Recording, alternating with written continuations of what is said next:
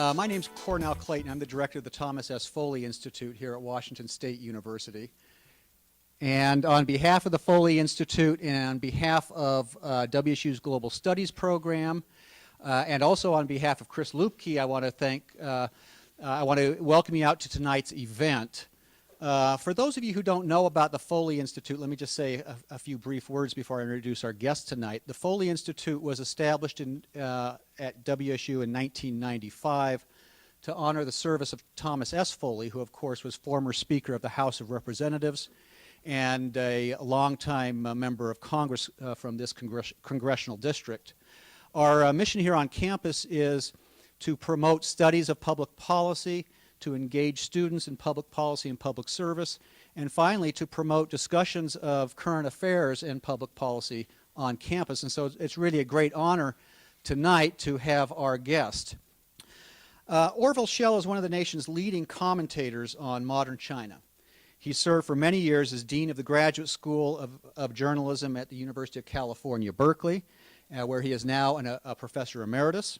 And he is currently the director of the Asia Society Center on U.S.-China Relations, as well as a fellow at the East Asian Institute at Columbia University.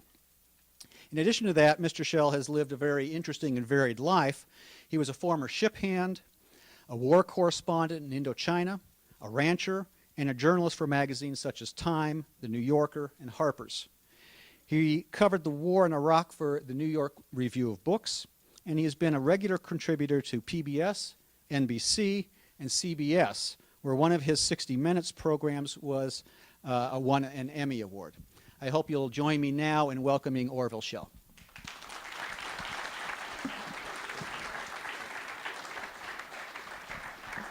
You hear me better with the mic on? I'm sure you could. My fault. There's an awful lot of a sense of grievance. And then, of course, the crashing and burning of the Copenhagen climate change negotiations, where China got blamed, particularly by the Europeans, but I think also by the Americans. And there was a lot of hard feeling. So our work is really cut out for us in this coming year to try to see if we can't keep this relationship on track. It's veering off track at present. Now, really what I wanted to try to explore with you is something which is happening right now. It's in process, so it's very difficult to come up with any sort of definitive dictums on it. And that is this very curious way in which the balance of power between the U.S. and China, and between the two models that each of our countries represent, is changing. For many, many decades, it used to be that the playing field was like this.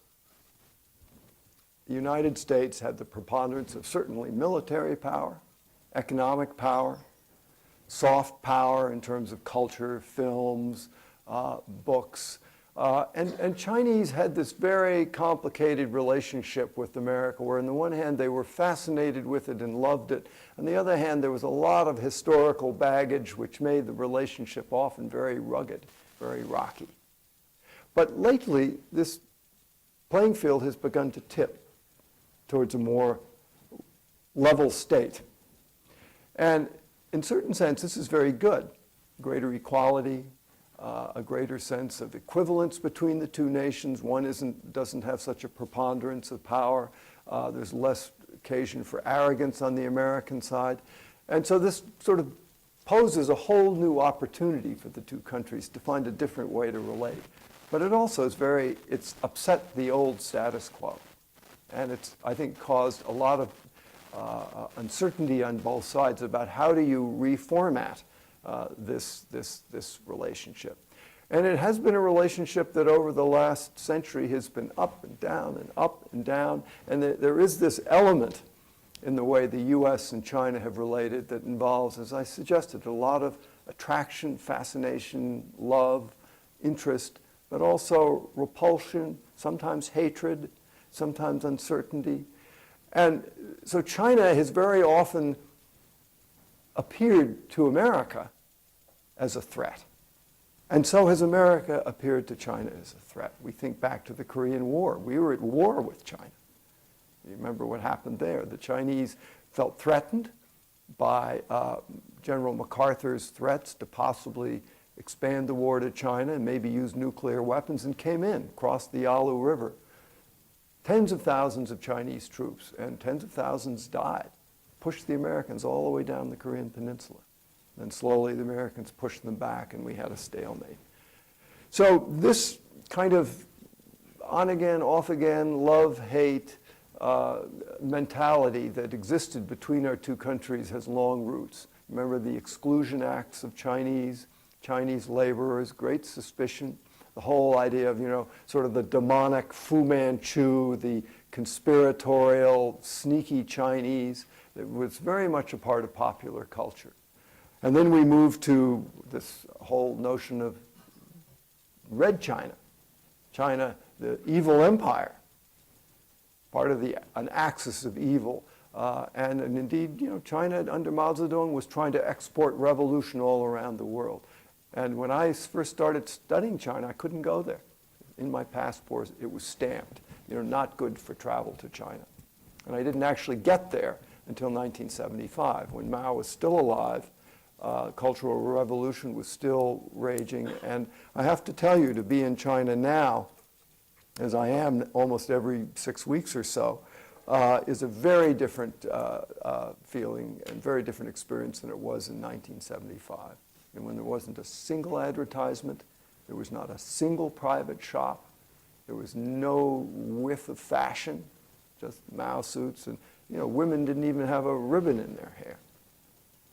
And it was a time when you would look down Chang'anjie, the Avenue of Eternal Peace in Beijing, and there was not a single private car.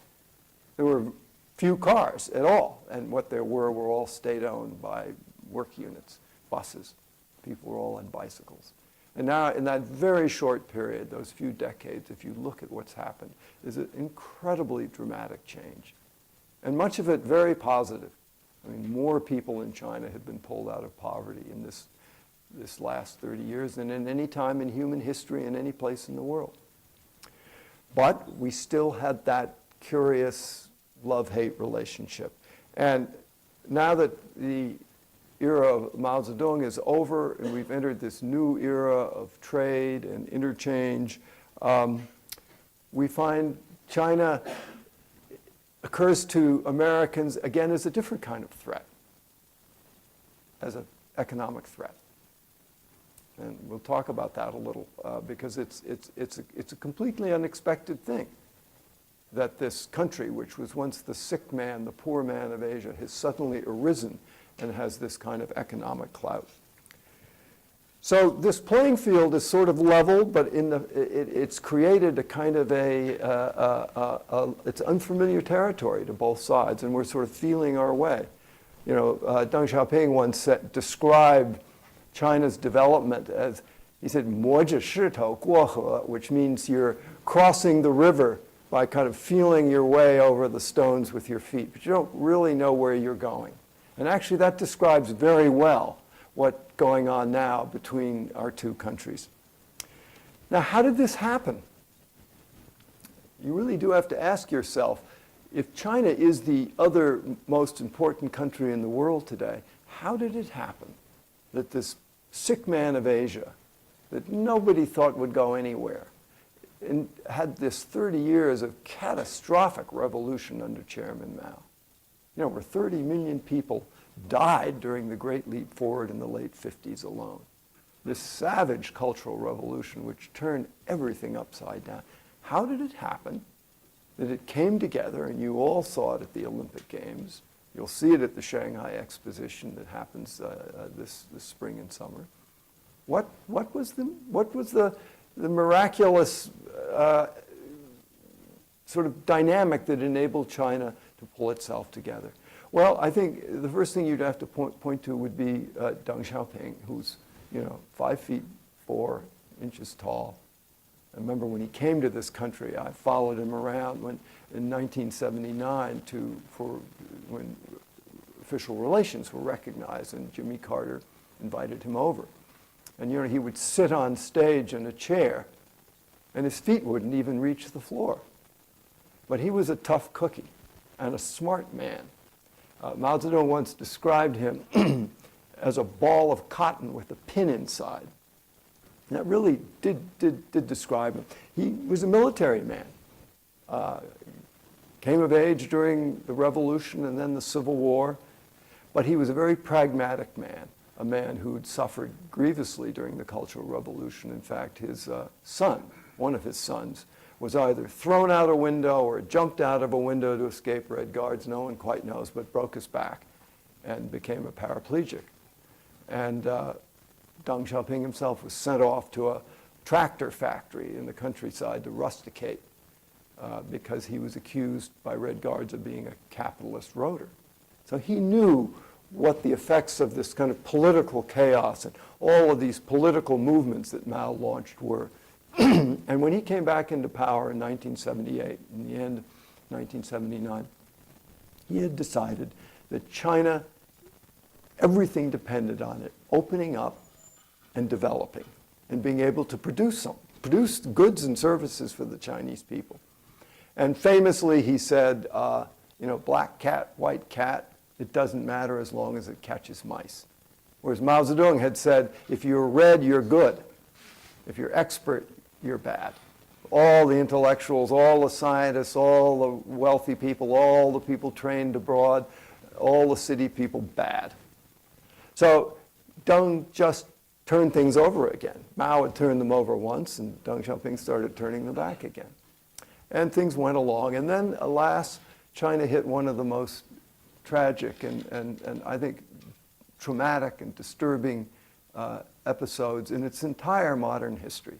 And that was 1989 and the massacre in Tiananmen Square. I was there, and I remember standing in front of the Gate of Heavenly Peace in the Forbidden City one day, and there was a police, sort of a kiosk where traffic policemen used to stand and direct traffic. And I was watching people flowing down the Avenue of Eternal Peace from both sides, miles long on either side, millions of people with banners from the Air Force, from hotels, from research institutes, from government organizations, the People's Daily, you name it, everybody was marching into the square. And they wanted rather simple things, more freedom of expression. They originally came out to celebrate a party chief who'd been dethroned and cashiered, who had died. And then it developed into this broad-scale kind of mass demonstration. And it was very hard to believe that the Chinese Communist Party could survive. Very hard to believe they'd ever get the genie back in the bottle after that. This went on for weeks and weeks. The square was filled with these jubilant, happy people. The press opened up for the first time in Chinese since the revolution in '49. It was just like a newspaper anyway. They reported anything. And there was a sense of enormous excitement and possibility that something big was about to change. And then, of course, because Deng Xiaoping and the elder statesmen were so neuralgic, so fearful of chaos, because they lived through the Cultural Revolution, they called troops in second time and shot their way to Tiananmen Square. We don't know how many people died. And it was impossible to believe after that China was going to be able to get itself back together and go anyplace. But lo and behold, Deng Xiaoping, a tough fellow that he was, even though many more conservative leaders said, that's it, no more reforms, we don't want to hear anything more from these students, we don't want any foreigners in here telling us what to do. Anyway, most of the foreigners had left by that time. Deng said, no, this country has to open up. It has to reform or it will not be able to develop. And nobody would listen to him. He couldn't get anything in the newspaper in Beijing. He went to Shanghai. Nobody would pay attention to him. He couldn't get the radio stations, the television stations, newspapers to publish his rededication to this idea of China needed to reform economically, not politically. So he went down to Shenzhen opposite Hong Kong, and there one paper started publishing what he was saying. And what he was saying was, we have to learn from anybody, anywhere in the world, And he visited a stock market, he visited some high-tech startups, and all over the world, people broadcast the fact that Deng Xiaoping believed that China needed to continue economic reform, but not in China. Slowly, however, it leaked out through party branches all over China. And he kick-started what you see in China today. How many of you have been to China in the last few years?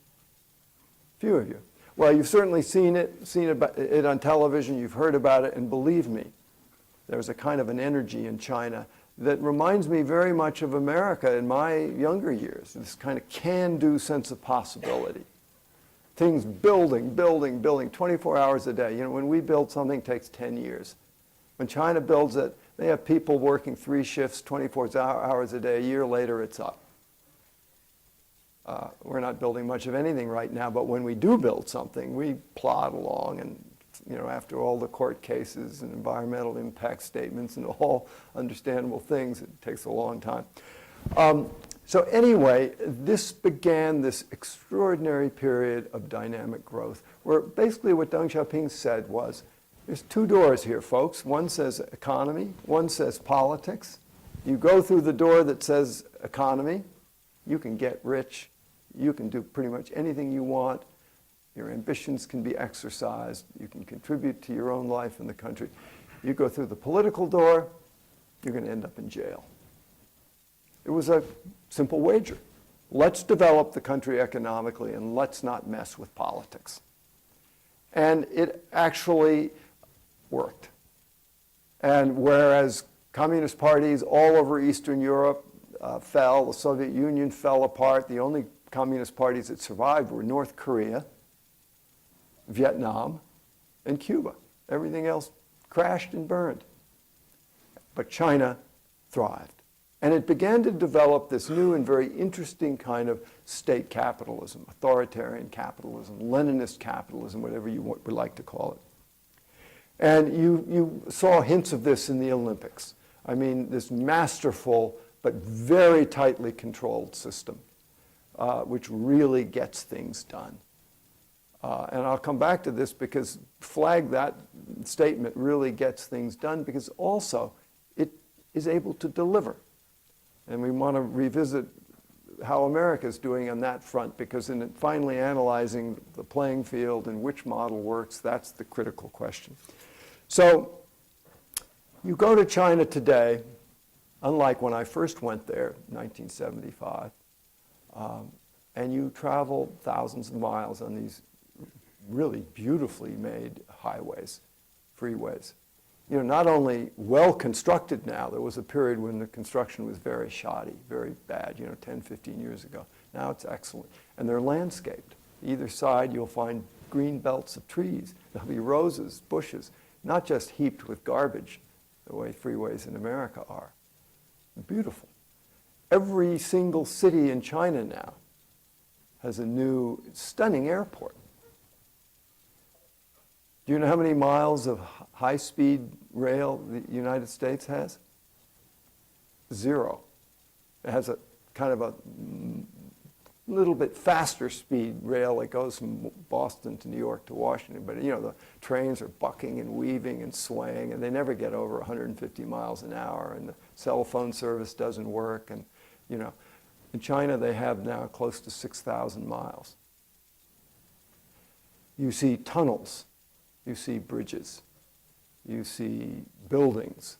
What you see is a country doing what America did in the 1950s, which is laying down infrastructure. And it's happened with such rapidity. It's spellbinding. It's so much so that I find it's impossible for me to get around Beijing any longer. And I used to know the city, but it's all changed. It has its bad aspects too. They've torn down a lot of the traditional neighborhoods, but you just can't recognize any place anymore. First of all, they made a fatal error in the early 70s. They tore down the magnificent wall that used to surround the old city of Beijing. This is a wall that was as wide as Park Avenue on the top, with these magnificent gates, and now only 2 of these gates survive. And they tore it down. And they put a ring road in its place. It was a great tragedy for China. but it did create, was the beginning of the creation of this infrastructure of modernity. You know, if you look at figures of steel production, cement production, aluminum, plate glass, all of these things, China is way out ahead of anyone else in the world. If you look at where we buy our things, where our things come from, go to Walmart, try to find something not made in China. I play a game with my kids, you know, let's see who can find something not made in China. It's impossible. I mean, you would starve and freeze and die if you decided not to buy things made in China. But of course, there's a downside to that too.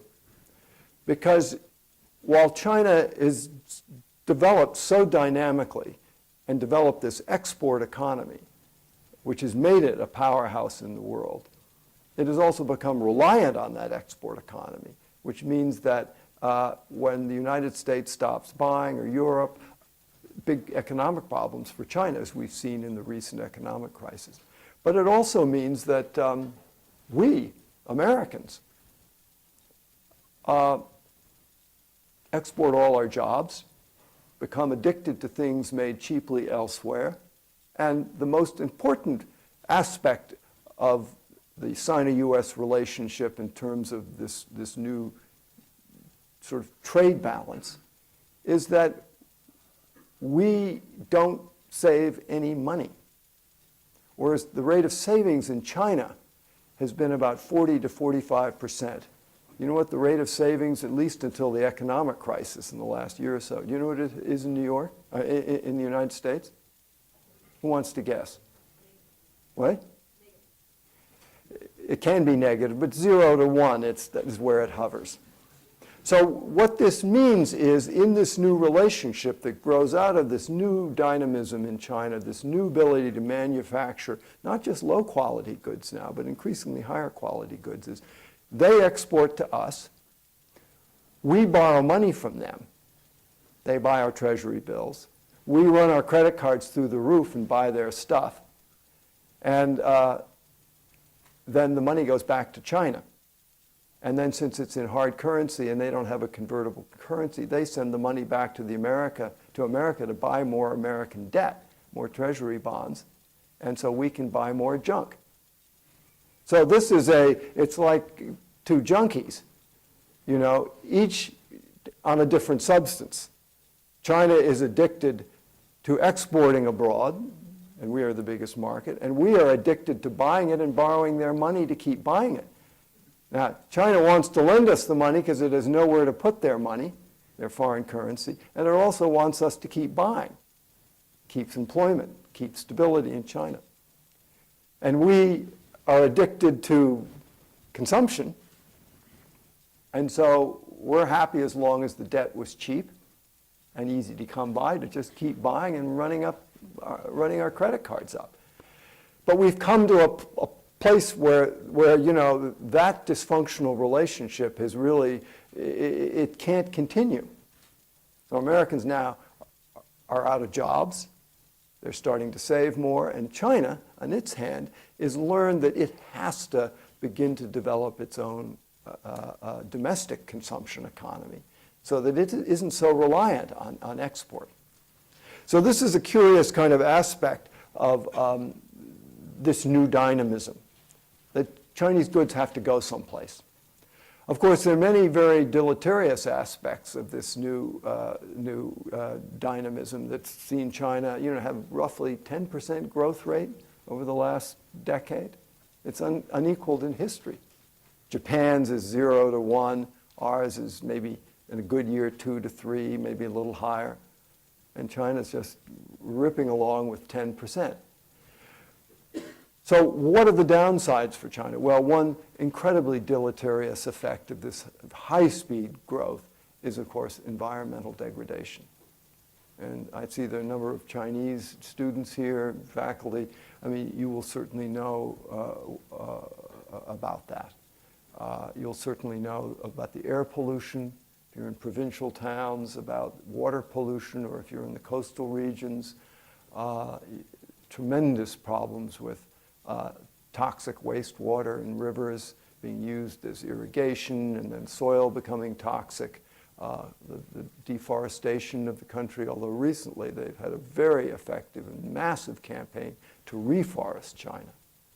But the overuse of resources, depletion of fertility of soil, a lack of water resources for agriculture, all of these things are extremely serious. And China is working hard to remedy it, but the problem is it is addicted to growth. And the Chinese Communist Party, its legitimacy doesn't derive from elections. It doesn't derive from, any religious base or any of the other things that governmental legitimacy can come from. It comes from economic success. It has to keep this growth rate going, or it will have a lot of unhappy people. And it will have instability, the thing it fears most. You have to remember that in China, in the last 10, 15 years, we have witnessed the largest migration in human history by a long shot, and that is peasants from the countryside moving into the cities. But these are sort of impermanent relationships. They don't have their household registration cards. Their hukou is not based in the city. It's still in the countryside. And if they lose their work, and they're the guys building the buildings, sweeping the streets, doing the tunnels, being cooks, chefs, menial laborers, if the economy slows down and they lose their jobs, they are liable to be very unhappy because they've got nothing. And they can't go back to the countryside, most of them, because they no longer know how to farm. Someone else is using their land. They were redundant as farmers anyway to begin with, which is why they came to the city. And in fact, when I was in China just a few weeks ago, before the Chinese New Year, I was hearing a lot of people saying that there was a rise in the crime rate. People were being robbed at a much more rapid rate than before. And most people were blaming it on these immigrants who were out of jobs, had no money to go home for the New Year's, or they had jobs and they didn't get paid because of the slowdown in the global economy, and they were out robbing people. So this is a real problem for China. And it's a concern of the party, a grave concern of the party, which is why they are trying so desperately, and I should say, extremely successfully in this recent economic crisis, to stimulate the economy and keep it going. They're much more successful than we've been in stimulating our economy, because the whole edifice of this Leninist capitalism, this authoritarian capitalism, rests on the ability of the Chinese Communist Party to stay in power as a one-party system, and its legitimacy depends upon it keeping the economic engines going and allowing Chinese to feel there's a possibility to move up and to better their lives. Because as long as that is true, people will not be disposed to make trouble. They will not want to go through that political door. You talk now in China about politics or 1989 or something. Most Chinese will just say, 别说了. Let's not talk about it. Let's get to work and make some money. That's what people are fixated on, and the party knows this. So this dynamism that Deng Xiaoping kicked loose has been incredibly successful, but it's somewhat precariously balanced. And it's also balanced somewhat on the back of America, because we are such a big economic consumer, even in our penurious state of today. China still depends on us. And when we stop buying, thousands of factories close down in China. And they're all manned by migrant labor that's come in from the countryside. And those people start getting angry, unhappy. And of course, that's how the Chinese Communist Revolution began. Angry workers and angry peasants getting a bad deal. So this is a kind of a very interesting dilemma for the Chinese Communist Party. Now, you may wonder, where did this energy come from? Why did China suddenly decide after 1989 that it was going to sort of turn itself over? And I don't have a completely convincing answer to that, but I think two things occur to me. And probably the most important is that there was a quality about China during those first years when I went there that was suffocated. If you were interested in the slightest in making money, you were a capitalist roader and you got in trouble. You'd get sent off to May 7th cadre training school. You'd get what they call shafang. You get sent off to the countryside, and a lot of Chinese of that era are still out there in the boondocks. And you have to work with the peasants. And when Deng Xiaoping came to power, and I remember going to China during those years and thinking, what is going on here? You know, can I believe my ears? One of the slogans in Chinese that he launched was "Fu Yu Guangrong," to get rich is glorious. What? To get rich is glorious? I mean, that was a recipe for disaster just a few years before. And then he began to say that to extol the idea of a 10,000 yuan household. Yuan is the Chinese dollar. What? You know, this was just the exact opposite of everything the last 30 years had stood for. So he allowed people to feel that, in fact, they could make something of their lives. And it was very powerful. And this pent-up energy, this suffocated energy from all those years when people were told, serve the people, not yourself. Don't dress up. Don't express your individualism. You shouldn't worry about falling in love. You should marry who the party tells you to marry. And in those days, you couldn't pick your job. You were what was called cha dui. You were assigned your job. And that was it. No choice. And you couldn't pick a place to live. You couldn't buy a place to live. You went where your unit sent you. And suddenly Deng Xiaoping says, you know, this isn't working. Let's enthrone, let's respect private initiative. And this released this incredible, you know, explosion of energy, which continues to this day. I mean, now, I think it was like, what, 2 or 3 years ago, 4 years ago, I can't remember. There were maybe, I remember when the first millionaires came around, and that was impressive enough. And now there are people with private jets. And I think there's something like, last count, 160 billionaires, 100 and some odd billionaires. I don't know, however many it is, it's a lot of billionaires for a country that didn't even have a millionaire not so long ago. Now, of course, this has opened a giant abyss between the rich and the poor. We know something about that in this country. And it's a real problem. And still, there's a big state-owned sector. And this means that the officials that are in charge of property are in a really good position to be corrupt and make a lot of money. Because you have to imagine as if in the United States at some point the government had said, all right, everything, all the buildings, all the land, everything belongs to the state. No private property. China still doesn't have private property. And then it starts, then if we decide in the United States, well, okay, now we own it all, let's feed it back into the marketplace, which is what China has done. The officials who make those decisions, I mean, they're really sitting in the catbird seat. They can decide where a nice street corner in Shanghai, who it's going to go to. Of course, every developer is going to want to bribe them. Corruption, big, big, big problem. And it's scared the bejesus out of the Communist Party because they know this is really what makes people angry. So these kinds of problems lurk beneath the surfaces of this incredible success. But the energy that's been released in this experiment, this sort of amazing experiment that Deng Xiaoping launched, continues. And you cannot help but feel it.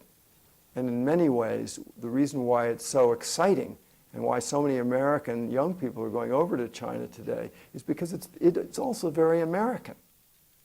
I mean, that was what, you know, we always thought America was about. Can do.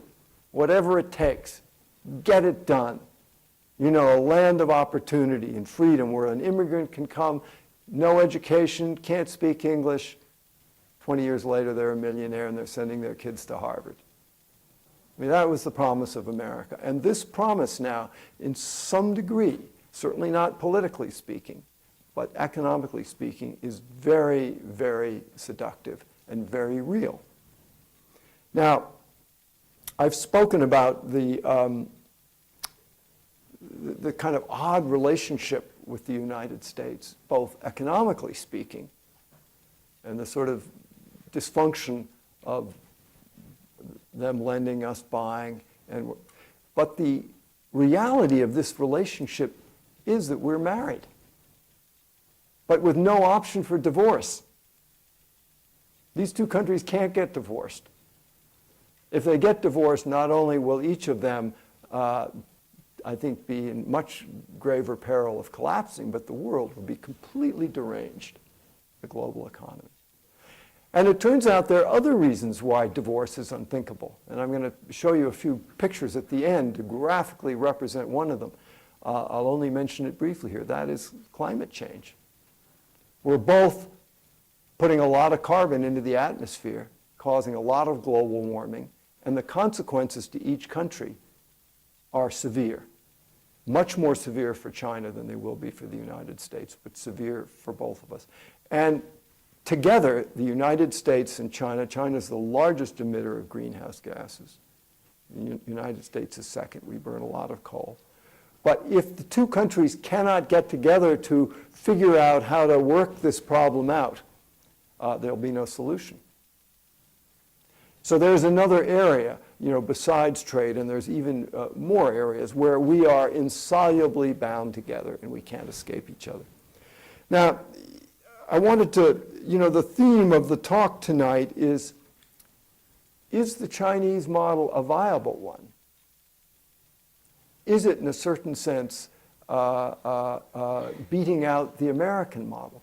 But to answer that question, you really have to look at the United States for a bit here, too.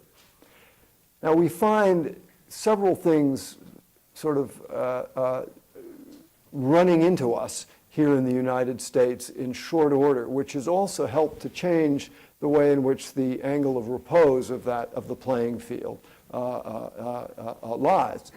One of them, of course, is that this global economic crisis has just hit the country and the world. And we found that our financial system was really strung out on cheap debt, cheap lending, and was completely out of balance. And we're trying frantically to bring it back into balance. China was much less affected by this. They had none of these bad loans. They had none of this bad debt because they were a more closed system. And so while they had effects of the global slowdown because other people weren't buying as much of their exports, they didn't have the same problems we did. So this was a huge blow to our system and a huge blow to the confidence of the United States, the very thing which we were almost, you know, evangelistic about. We were preaching to the world about the great virtues of American-style market economy. It turned out, under the deregulation that began with Ronald Reagan, continued with George Bush, we had just pushed the country right to the edge of a cliff, and it was just about to fall over. We still don't know if we're going to completely be able to arrest it. So this was a huge shock to the United States. And then, paradoxically, a second big shock came to our country, and that was that Washington is now paralyzed. It can't do anything. It's gotten so partisan. The Republican Party and the Democratic Party are so incapable of working together that it can't deliver. And this raises the very interesting and I think extremely alarming question. If we look at these two systems, the one I've described in a cursory manner that's developed in China, that's very dynamic but rather unintegrated with political reform, a system of marketized authoritarian capitalism. And then if we look at the Chinese Communist Party, which we used to think The common wisdom was, well, they must be in transition to being more open, more democratic. That's the way things go. You make some money, you get a middle class, they're going to want democracy.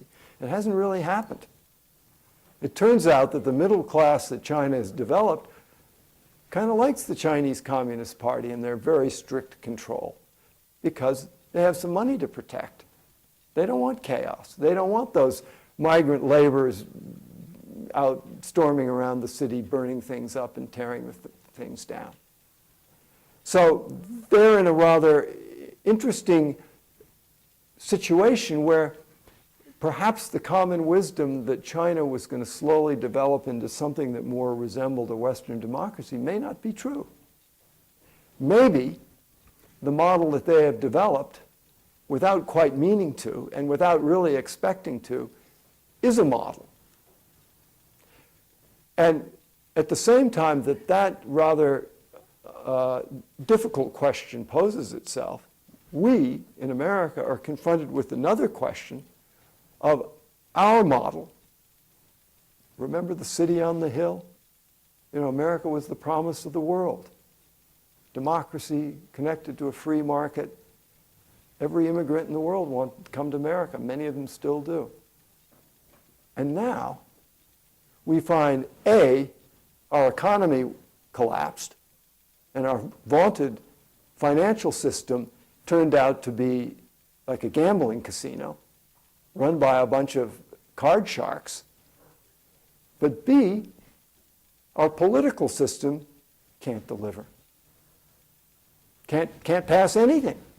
It can't deal with the health care reform. It can't deal with climate change. It can hardly deal with the financial crisis. There's been no real reforms yet. They've spent hundreds of billions of dollars, but they haven't reformed the system. And they can't do it because the Congress is deadlocked. And there's no sense anymore that Republicans and Democrats should cooperate.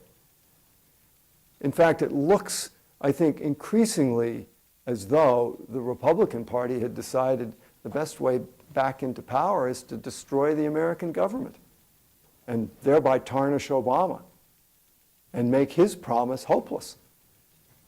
And then maybe they get back in power. That's a little bit like Lenin's theory of revolution. You can't reform. You can't deal with the capitalists. You can't deal with the opposition party. You have to destroy them and have a revolution.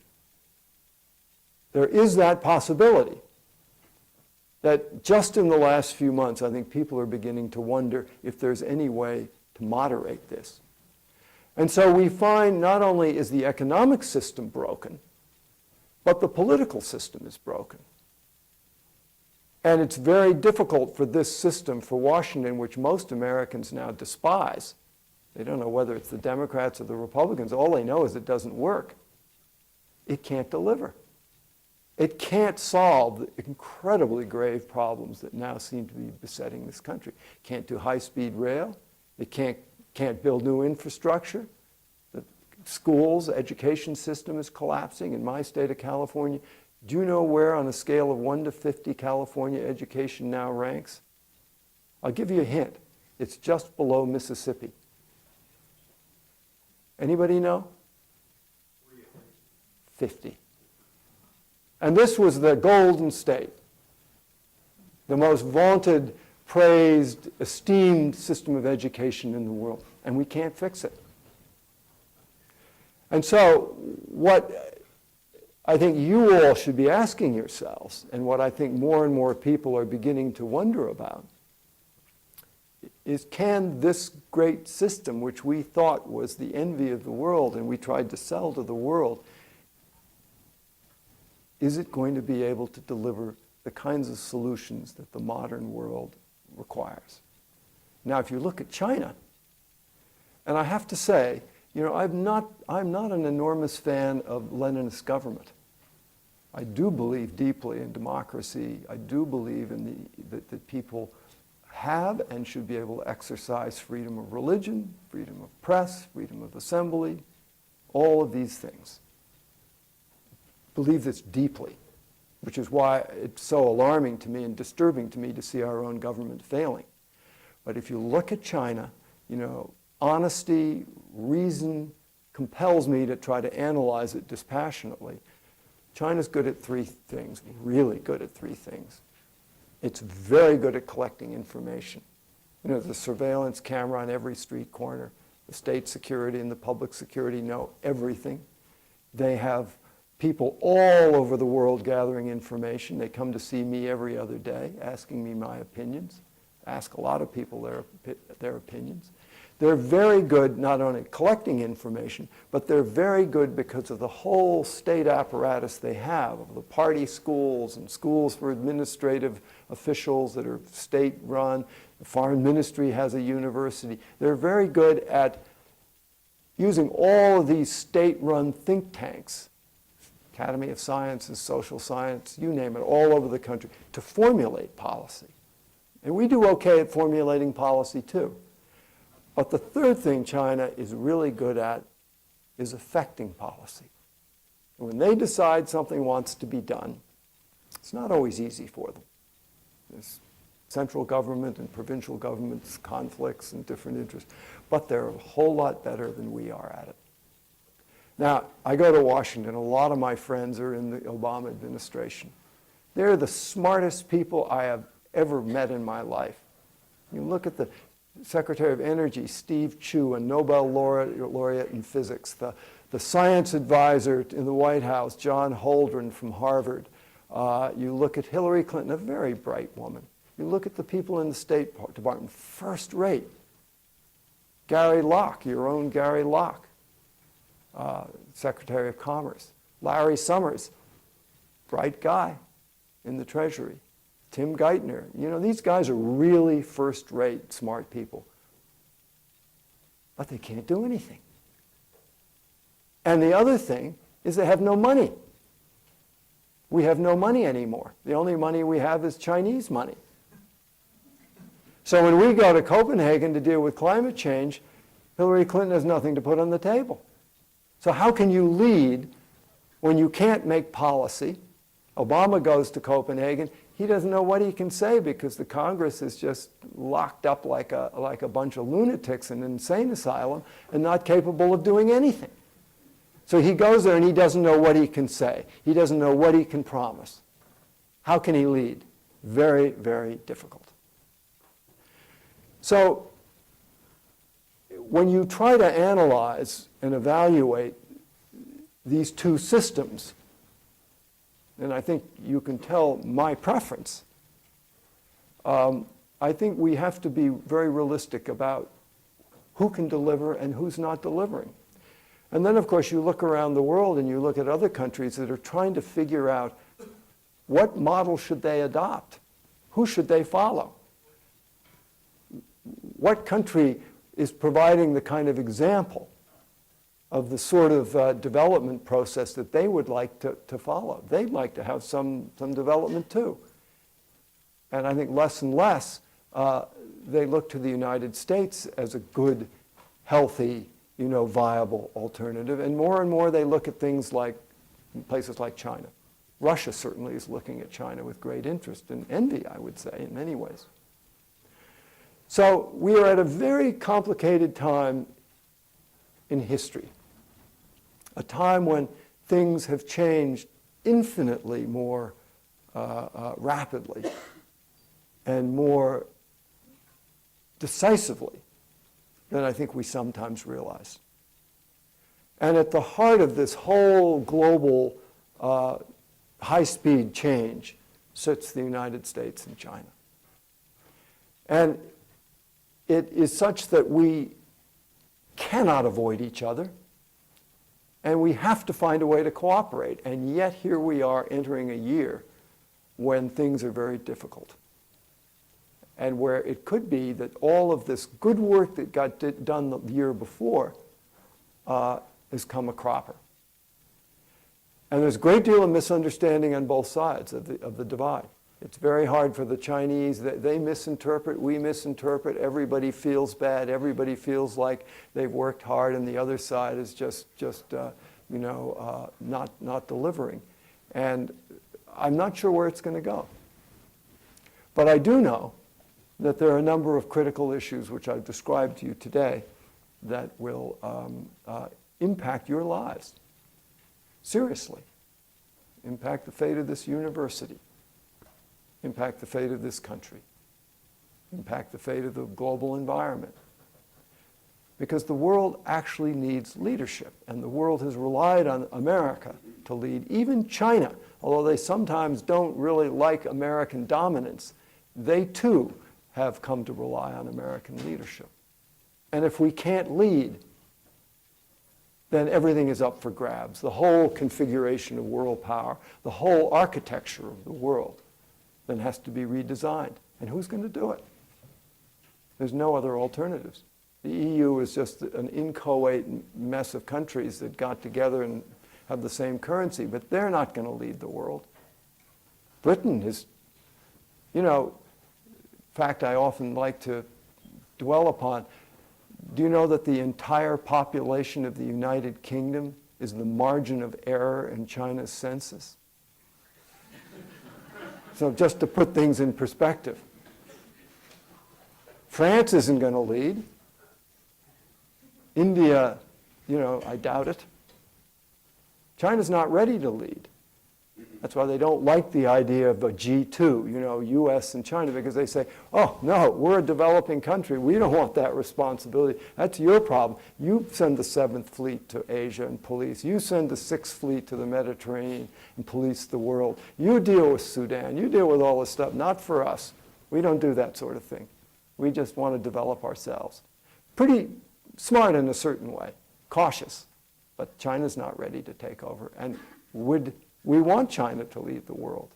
Would we want a communist party at the helm of the ship of state of the world? I'm not sure we would. So who's going to do it? And that's where we are today. And it's a rather difficult time, but an interesting time, and a time that you all are going to have to figure out as you lead your lives, and figure out how your state, how your country fits into this new global pattern. Now, I want to do some questions, but before, I thought I'd just show you, because one of the projects I've been working on is, and these are spectacular photographs, the development of China and the United States and the burning of coal is causing some grave disturbances in the atmosphere of the globe. And one of the effects that it is having is the glaciers of the Himalayas, that huge, magnificent arc of mountains that begins above Afghanistan, arcs over Pakistan, India, Bangladesh, Bhutan, and then hooks back up into China. This is the third pole, it's called. The third largest ice mass in the world, short of the North and South poles, is there. And it turns out that this is an extremely important, these glaciers are extremely important because they feed every single river. From the Amu Darya in Afghanistan to the Yellow River in the North China Plain, everything in between, the Yangtze, the Mekong, the Salween, the Irrawaddy, the Brahmaputra, the Ganges, and the Indus. And that's like 2.5 billion people. And these are the kinds of things which the U.S. and China is going to have to find a way to deal with. How do you prevent the glaciers which feed these rivers in critical ways, seasonal ways? If they melt, what are all those people going to do? What kind of wars are we going to have? What kind of battles are we going to have when the Pakistanis or the Indians start damming up the Indus River, which goes through both countries? So I want to show you very quickly some pictures of these glaciers. And what we've done is we've gone into archives and we found old pictures. They're magnificent pictures of these glaciers. You'll see some around Mount Everest from like 75, 100 years ago. And then this guy who summited Everest 5 times, did the IMAX film on Everest, you may have seen it. He goes back and spends weeks, climbs up to exactly the same place in the mountains that the picture was shot 75, 100 years ago at exactly the same time of year with the same rough cloud cover, and he reshoots it. And I want to show you this because I think if there's anything I could leave you with, it's images of the consequences of the kind of development that both of our countries have been engaged with which have not factored into the costs on the resource base of the world. And one is climate and water, upon which we all depend, and which no one country is completely at fault, and no one country can solve this problem alone. So let's just quickly have a look here. So this should be around Everest, so we can get this thing fired up here. Let's see.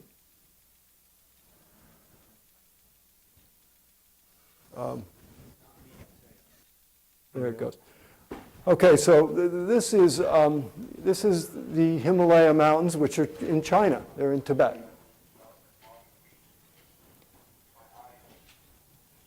This is David Brashears who does these photographs.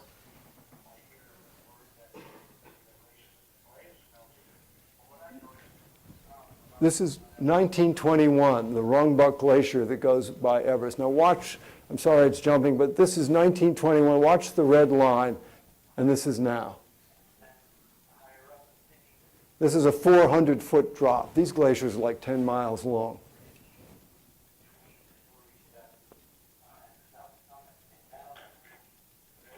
And he's noticed as he's climbed these mountains, he's been up every mountain in the world, he's noticed that the glaciers, every time he goes back, are different and changed.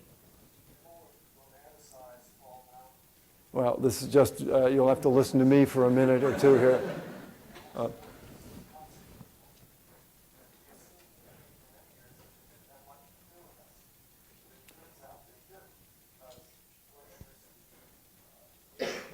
So I think, when you talk about dynamic growth in China, when you talk about consumption in America, and you talk about the stuff that we're consuming, the energy we're using, these are the consequences.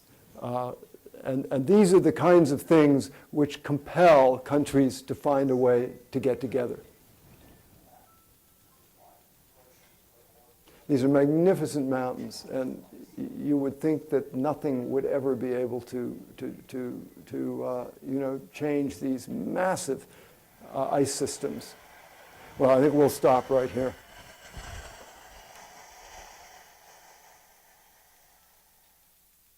Let's see here.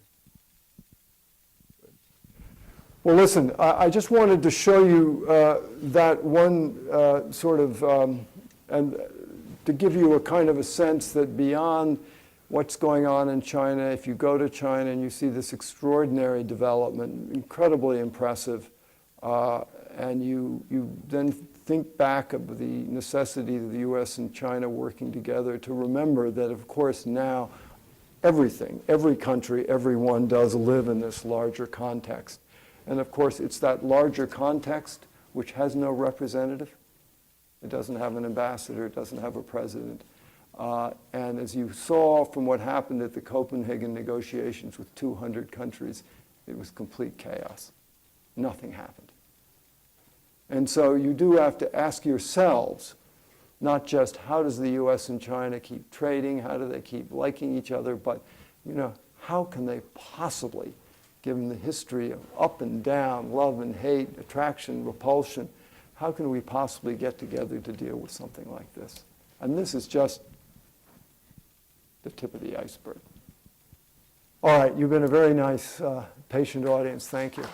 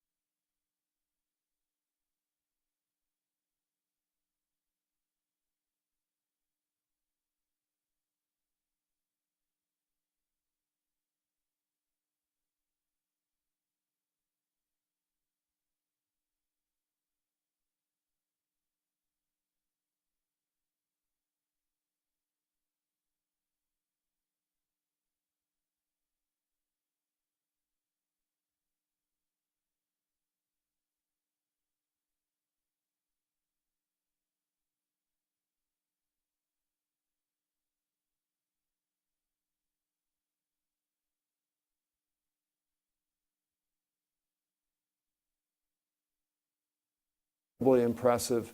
And you then think back of the necessity of the U.S. and China working together to remember that, of course, now everything, every country, everyone does live in this larger context.